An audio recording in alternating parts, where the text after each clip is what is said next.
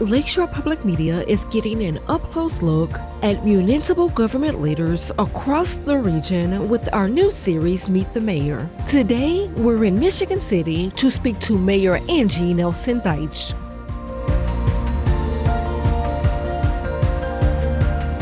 Mayor Angie, so we're in Michigan City as part of Lakeshore Public Media's new series, Meet the Mayor, to get to know our region neighbors just a bit better. And I want to start our conversation. Obviously, we are going to talk about Michigan City. We're going to talk about you in your political career. But I want to start with something I always start with. It's a round of quick fire questions. Okay. They are pretty quick fire. You can't really think about it. So whatever comes to your mind, just give me that answer, okay? Okay. All righty. So what was your first job and how old were you? I was 15 and it was Harvey's Dime Store. Oh, wow. That's exciting. Okay, so let me ask you, how many unread emails do you have? Over 300. Oh, wow. Oh, boy. If you could learn one professional skill overnight, what would it be? To play the violin. Oh, wow. That's exciting. Why? I'm just curious. I think it's one of those instruments that is kind of sexy and kind of cool if you learn how to play it and you're a female and you can do maybe R&B and some That's other true. type of music, it'd be kind of cool. That's true. So let me ask you, this is an interesting question. How many alarms do you set in the morning? And how many 0. times do you hit? Really? 0 alarms. Wow. You just wake up just automatically? Yes. That's exciting. I don't think I've ever heard anybody say that. Yeah, I don't have alarm set. Mayor Angie, you are a first-term mayor. What piece of advice have you received, either solicited or unsolicited, but it's advice that you never forgot about?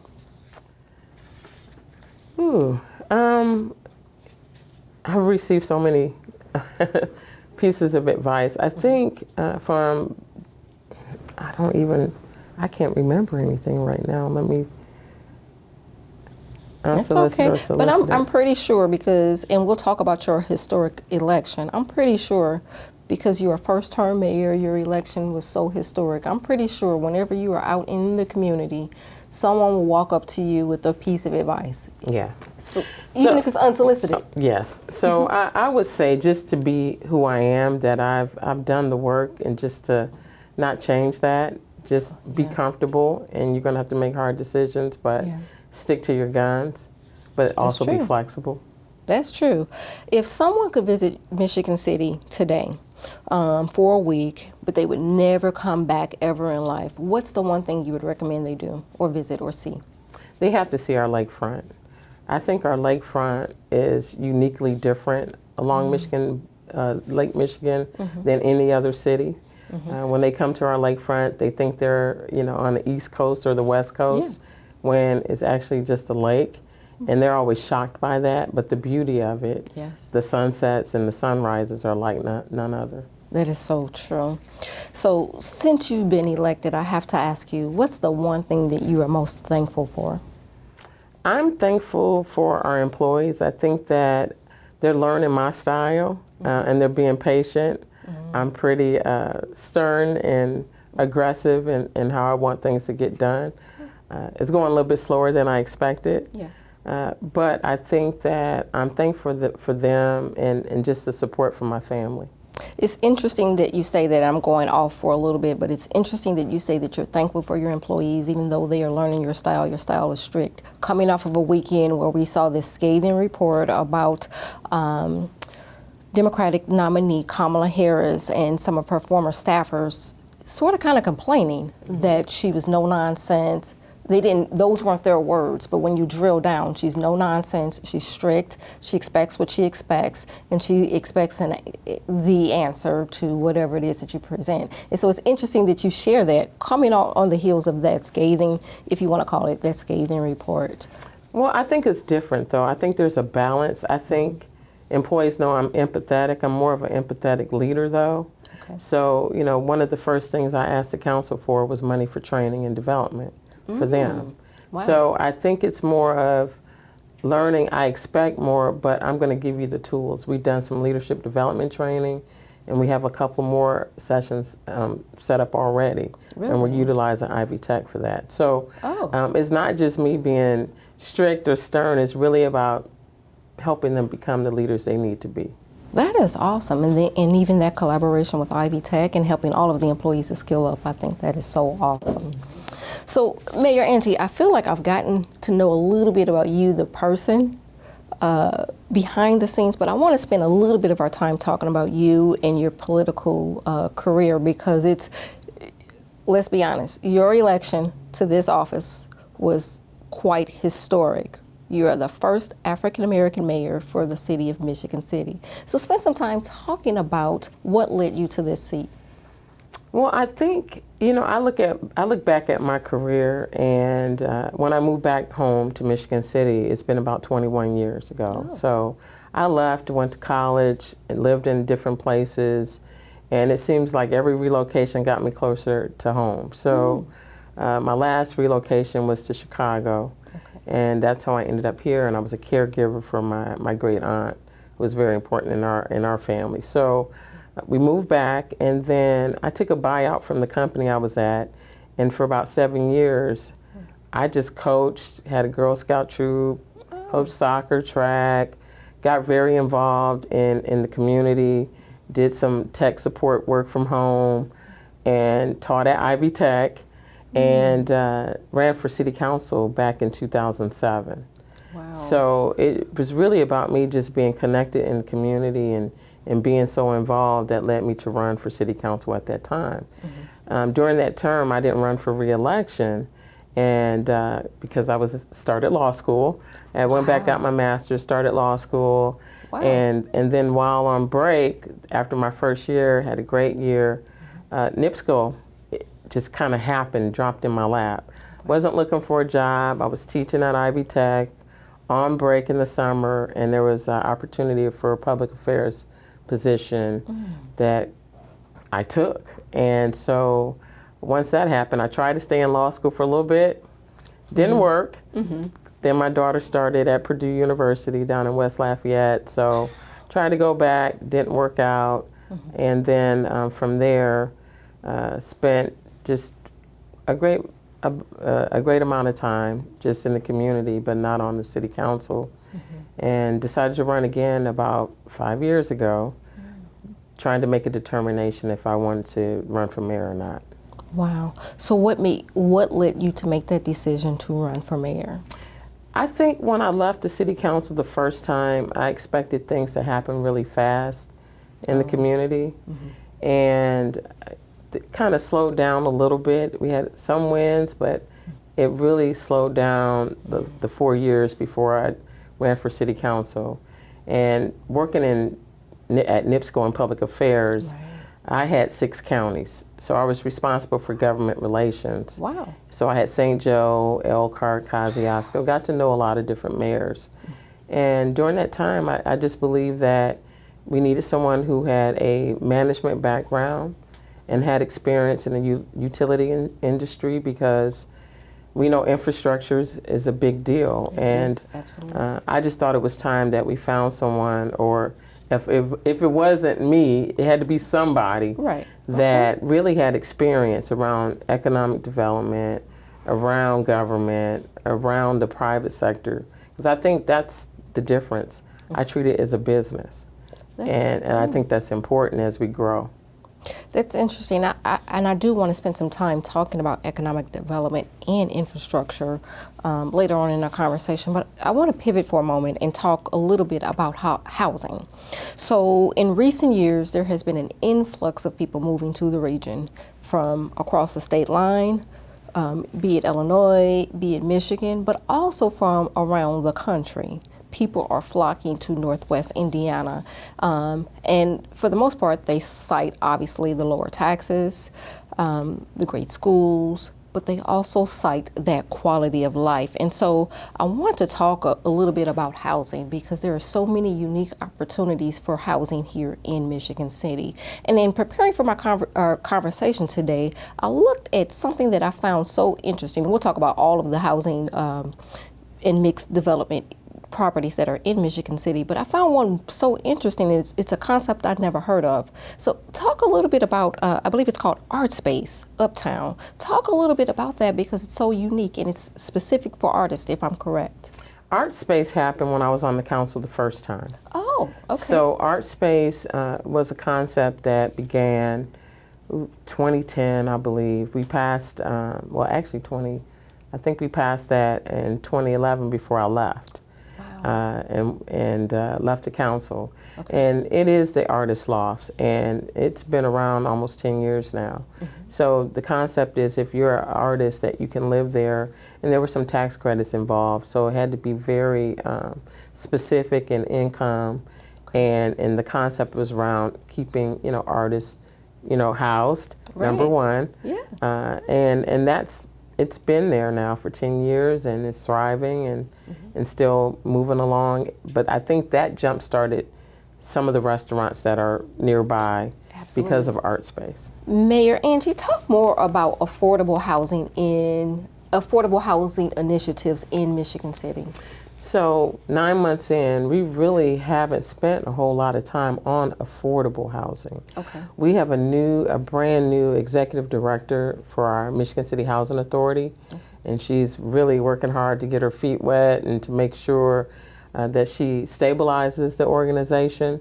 I will tell you that we do have one initiative that we're working on with community churches, though. Oh. So, Okay. so we have an opportunity that we identified a lot of parcels and a lot of land that a lot of the local churches own.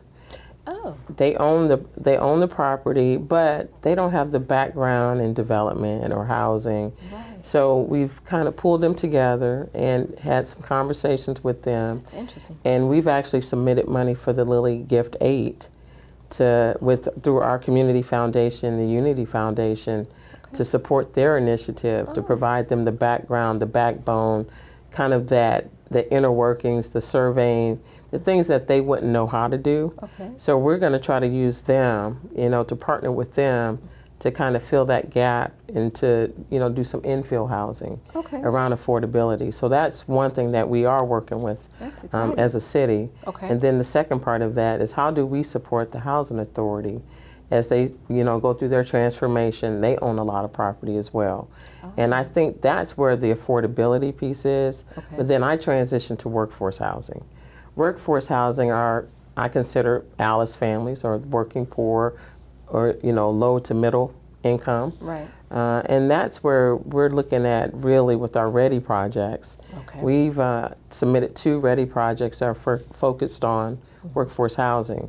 And they're both within a half a mile of the train station, which is a great thing. Great thing. Right. But one concept is apartments for workforce housing that really will have a child care facility in there.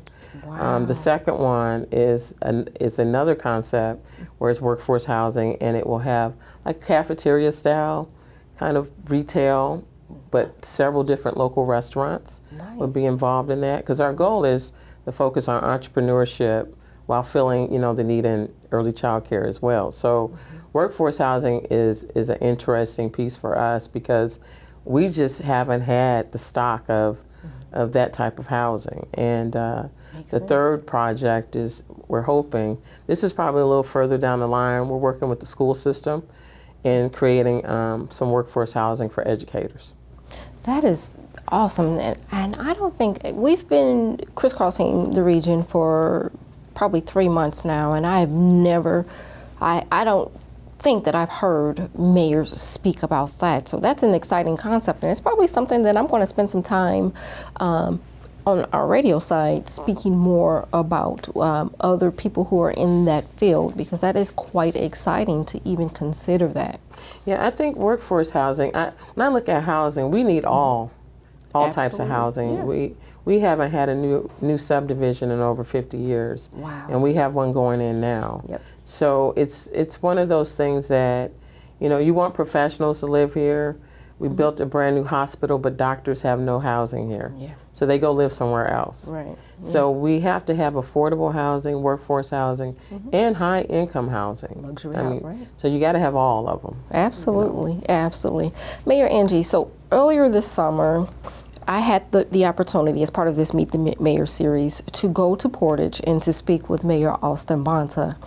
And one thing I shared with him is I always take a look at social media to see what people are saying about their mayors.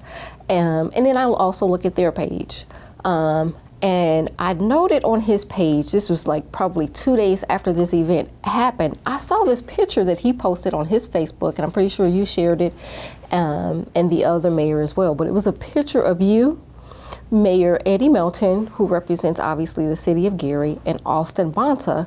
And I asked him about it because I thought that was so exciting. And the reason that I asked him about that photo, it was so exciting, is because I have the opportunity again to speak to many state leaders, many locally elected officials.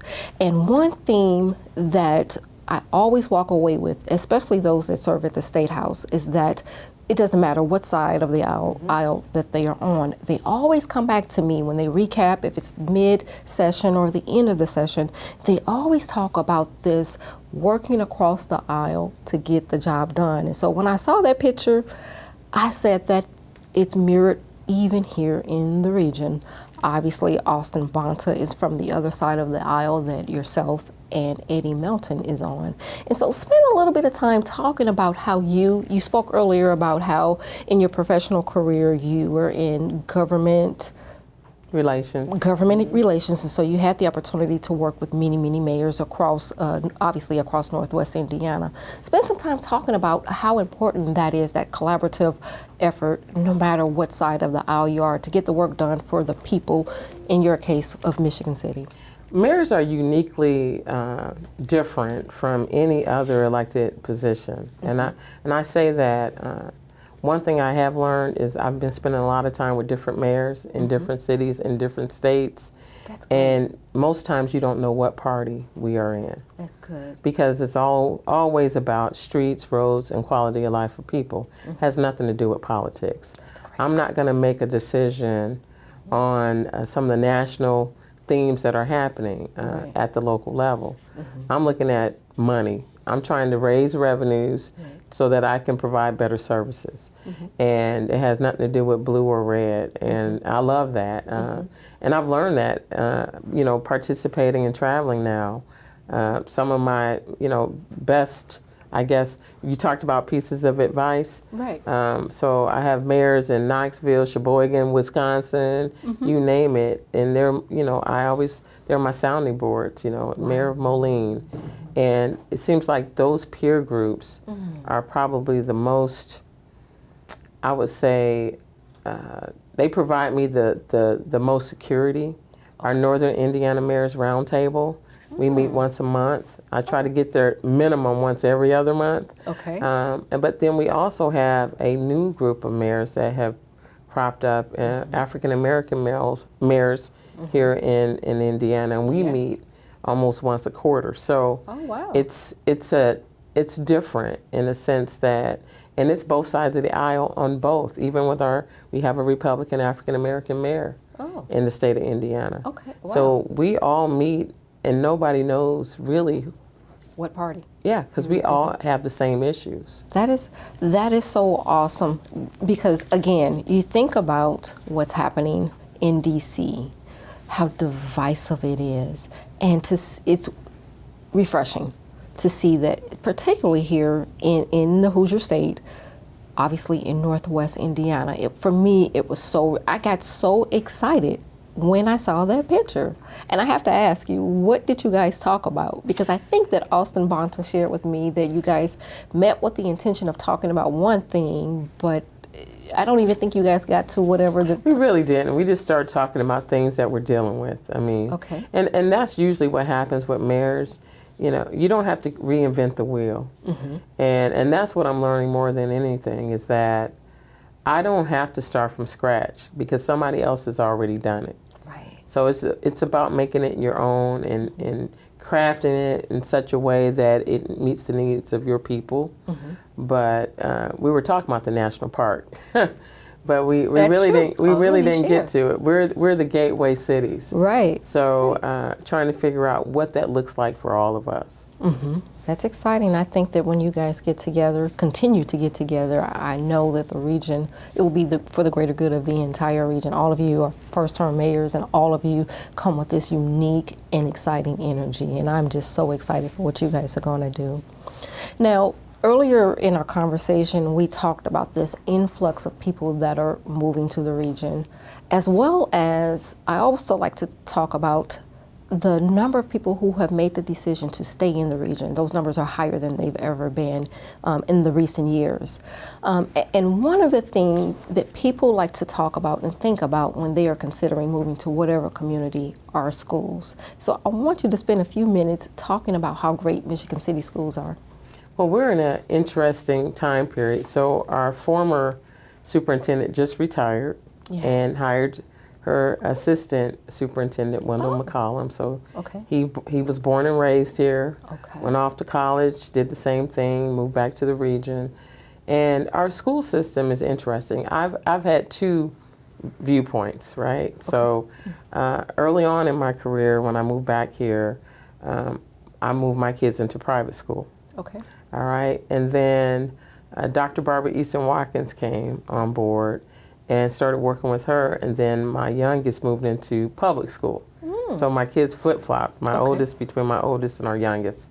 And I will say it's been the best experience. Now, one thing I will say, I've always been a supporter and very active with the school system, but the opportunities when it comes to dual credits and having opportunities for our differently able students that we have unified track, we have all these different athletics, we have EA sports. Wow. We have gaming teams, which I it's a support. big thing now. Right. Yeah. I support robotics, you name it. But we also have what we call I can't remember the name of it, but we have our STEM school. Or magnet schools. I can't remember the term, but we have, we're one of very few school systems that have magnet schools at the elementary level. A STEM magnet school, a junior high school that's focused on environment. Those are some of the things that are uniquely different from Michigan City. And I think it's an opportunity for us when it comes to career and tech ed. They're expanding those, programs as well. That's so exciting. I'm excited. They're building a brand new early childhood care center, and just expanding their program. So I'm always involved. I've always been on the advisory board of the Energy Academy. That was my baby. So while at NIPSCO, we supported bringing an energy program to AK Smith. So there's so many different programs. My goal is to skill up those students and to make sure that they stay here. And that's the best way to do it. You got to give them different opportunities because everybody's not going to go off to college. Right. That's exciting that you say that because I oftentimes talk about brain drain as well whenever I speak to our elected officials. And so it's so exciting that Michigan City is proactively working to not only train up, educate, prepare and nurture their young people, but to keep them here. You don't want those skills to go to other parts of the country, so that is so exciting. And one thing I would like to add, we had our first huge, it was a large program. We had our first internship program here this summer. Oh, wow. And we used, and I would like to thank the council. Our city council helped appropriate money for that for me through our ARPA dollars. And so we had 24 interns this summer. Oh, wow. Doing projects throughout all of the different departments. And I think that's a way to also keep people living here and getting the college students to come back. Right. And just exposing them to doing work and that, hey, you can have any type of major and work for the city. So, Mayor Angie, I want to pivot and talk about safety because I saw something so exciting for Michigan City. So Congressman Frank Mervan's request for federal community project funding was approved for the fiscal year 2024 and included in their budget specifically for Michigan City, the Michigan City Police Department, I should say, will receive $180,000 to upgrade technology and equipment. What will this mean for the entire community? For the police department, obviously, but what will that mean for the entire community? Well, it's to add additional license plate readers.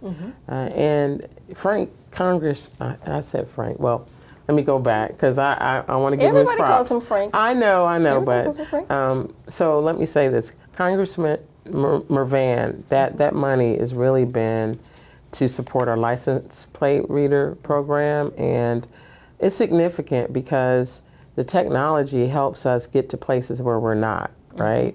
It helps us get there faster as well, but it helps us cross the region. At one point, we were the only dead hole community, and I say it that way. Yeah. Everybody around us had those, but we didn't. Wow. So now we do, That's interesting because there's so much traffic through Michigan City. It is. We're right on 94 on the corridor, and having those readers and our shot spotters and all of those different types of technology, it just makes it easier for our police officers, especially when we were short.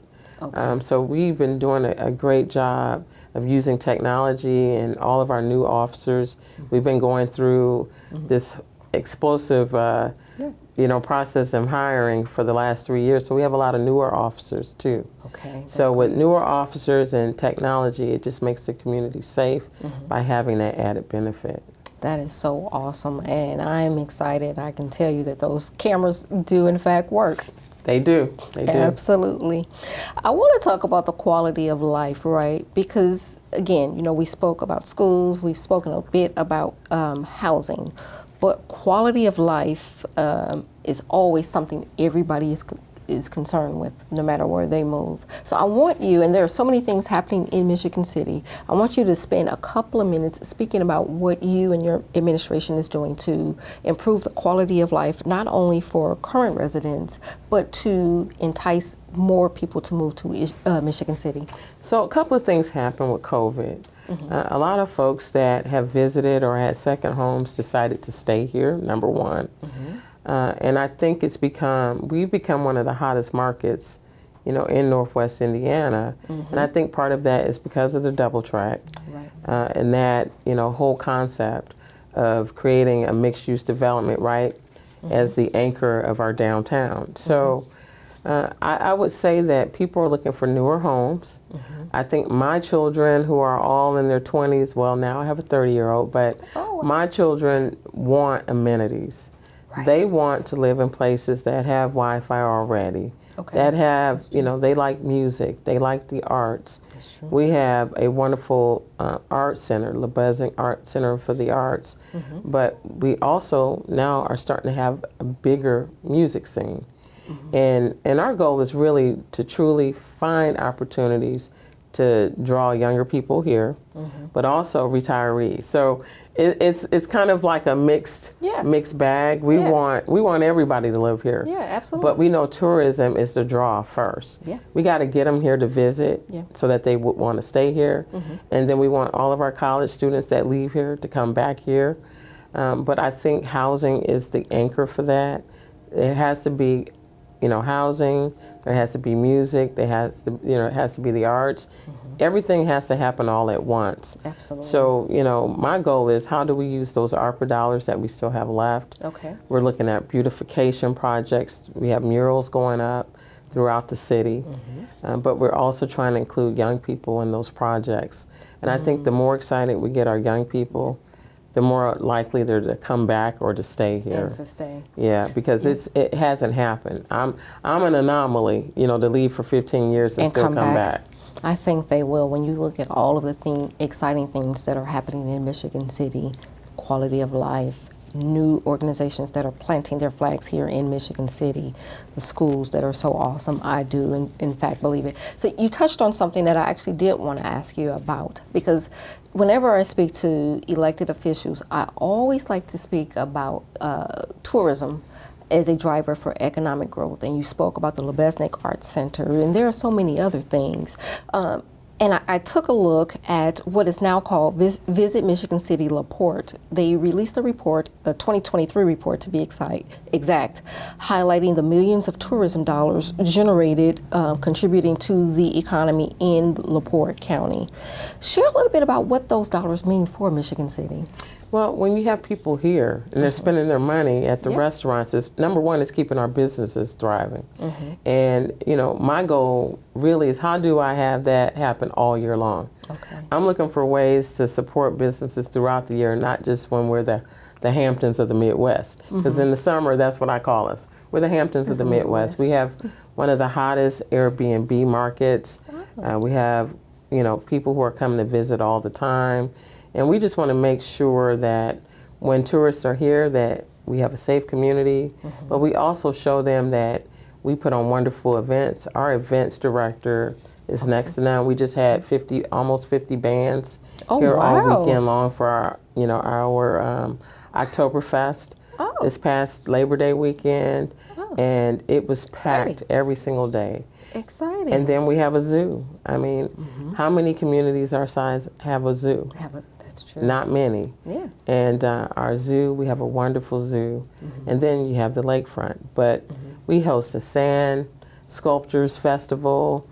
We have our Superboat Grand Prix, Superboat race throughout, you know, where we bring people from all over the country to race, you know, boats. And so it's that's just exciting. Really, it's an anchor to getting people here. And then once they get here, it's up to me and our staff, our administration, our employees, our residents to kind of reel them in. Yeah. That is exciting. I'm going to have to check out that boat race next year. So I want to pivot again and talk about key priorities, because when you were running for mayor of Michigan City, you ran with the campaign tagline, and I hope I have this correct: Reimagine Michigan City, our people, our place, our future. Spend a little bit of time talking about, there's so many businesses, again, that are coming here, but spend a little bit of time of talking about what are some of your top key priorities in your first time here as mayor.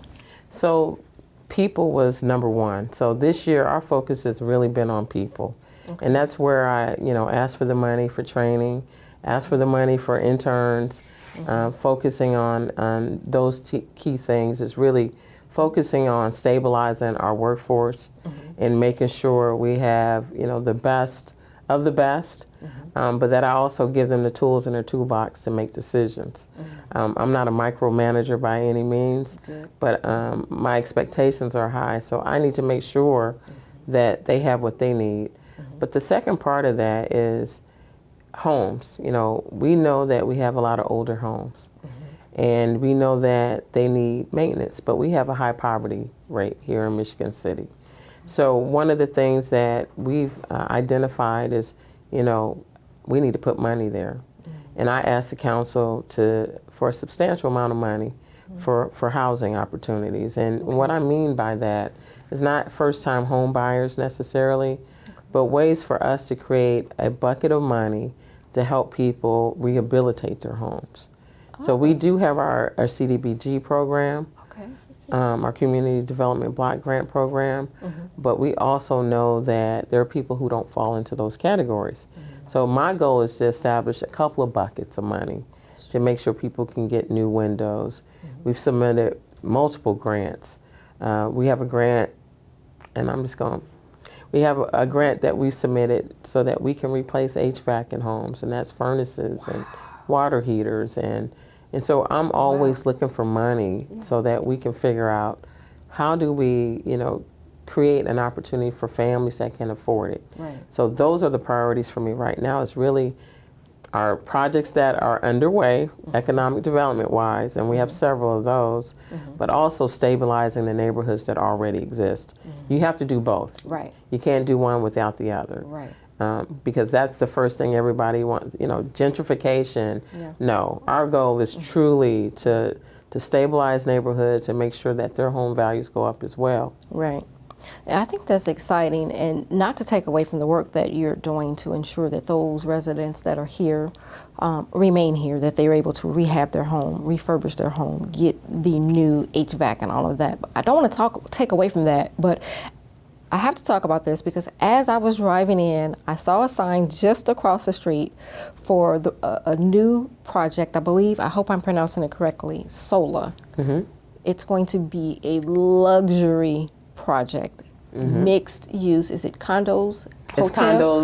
condos. It's a hotel, condos, yes. and Talk townhomes. about that because that looks so exciting. Yeah, that's one of the major projects that's underway. So, we talk about high end. You have to have mid income. You have to have low income. You have to have high income. Yeah, you were speaking about keeping those doctors that are working. Yes, definitely. So that project, it's instrumental in the sense that, again, I think the double track, South Shore, and that project with NICD is really the catalyst for all these projects. So within a half square mile, we're talking 1, 2, 3, 4 major projects that are underway, and I haven't even talked about the prison site. The prison is going to be closing within 3 to 4 years. And you have NIPSCO being decommissioned right here on our lakefront. So we're talking 200 plus acres of land, all within this 1 square mile that are going to be available for development. And I think SOLA is just another, like I said, catalyst in that conversation because of the double track. Yeah, absolutely. Speaking of the double track, I cannot not talk about the double track. And you hinted on this a little bit, but I want you to spend a minute or so talking about the long-term economic impact that double track will have for Michigan City, well, for the entire region as well, but for Michigan City. It's already generated. It's generating. We're talking, $600 million in projects right out the gate. So when you drive north on Franklin Street and you pass by, every time I go past there, I'm like amazed, like, oh my God, this is Michigan City. And it's just one of those once in a lifetime opportunities. And because of that project, it generates opportunities for financing from the federal government because it's within a half a mile of the train station. So I think we pivoted, and when I say we, prior to being mayor, I was on the city council, but I also served on the board of directors for economic development and on the redevelopment commission. And our redevelopment commission had to pivot. We were only supposed to have a parking garage there. Wow. And we decided, this is a once in a lifetime opportunity for us. And we took the chance, and we took a step back. We delayed the project a little bit to decide that we wanted a mixed use development project there. So we're going to have apartments there, market rate, and we're going to have retail space.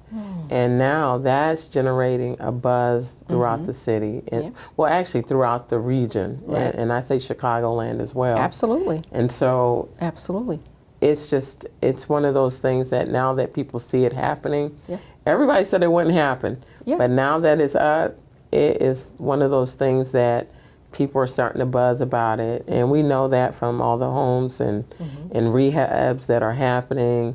People are buying businesses and buildings, and so you're going to see a lot happening over the next 2 to 3 years. It's exciting.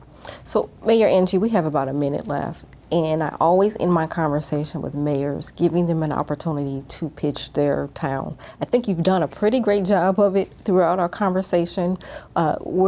Whether we're speaking about housing, new housing that will be coming, luxury developments that will be coming, all of the businesses, global businesses that will be planting their flag here.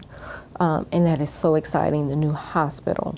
But spend about a minute or so making the pitch, telling people across not only the region, but across our state line why they should make Michigan City their home. Well, it's the best place to live. There's no other natural resources you're going to have, like a national park is an anchor. The lakefront, Lake Michigan is an anchor. Shopping, arts, entertainment, everything is here. And I just feel blessed that I'm living in a space that I go to different places and people tell me they've driven through there and stopped. You know, I talk to mayors all the time. A good friend, peer mayor of mine from Monticello, comes up on a regular now, and we talk about all the things that are happening here. And I think it's going to be one of the best places to live in the Midwest because of the beauty of our natural resources and the people. And I think with all of the new upskilled jobs that are coming to the region, the new battery plant, our NIPSCO plant closing, the prison closing, and those 200 acres, the sky's the limit for Michigan City. Mayor Angie, I must tell you, I have really enjoyed our time together today, learning more about Michigan City and obviously learning from you so that I can take our conversation back to share with our region neighbors. It has been an honor and a privilege for me to spend time with you. I thank you for allowing our cameras in your office. We're so excited about what will be happening for Michigan City. And again, you were elected in November of 2023, and you have literally hit the ground running. And so again, we thank you for sharing time with us. And I know that we will be back really soon to highlight some of those businesses in luxury apartments as they begin to take him. So again, thank you for joining us on Lakeshore Public Media. Thank you for having me, and we look forward to having you back. Absolutely, absolutely.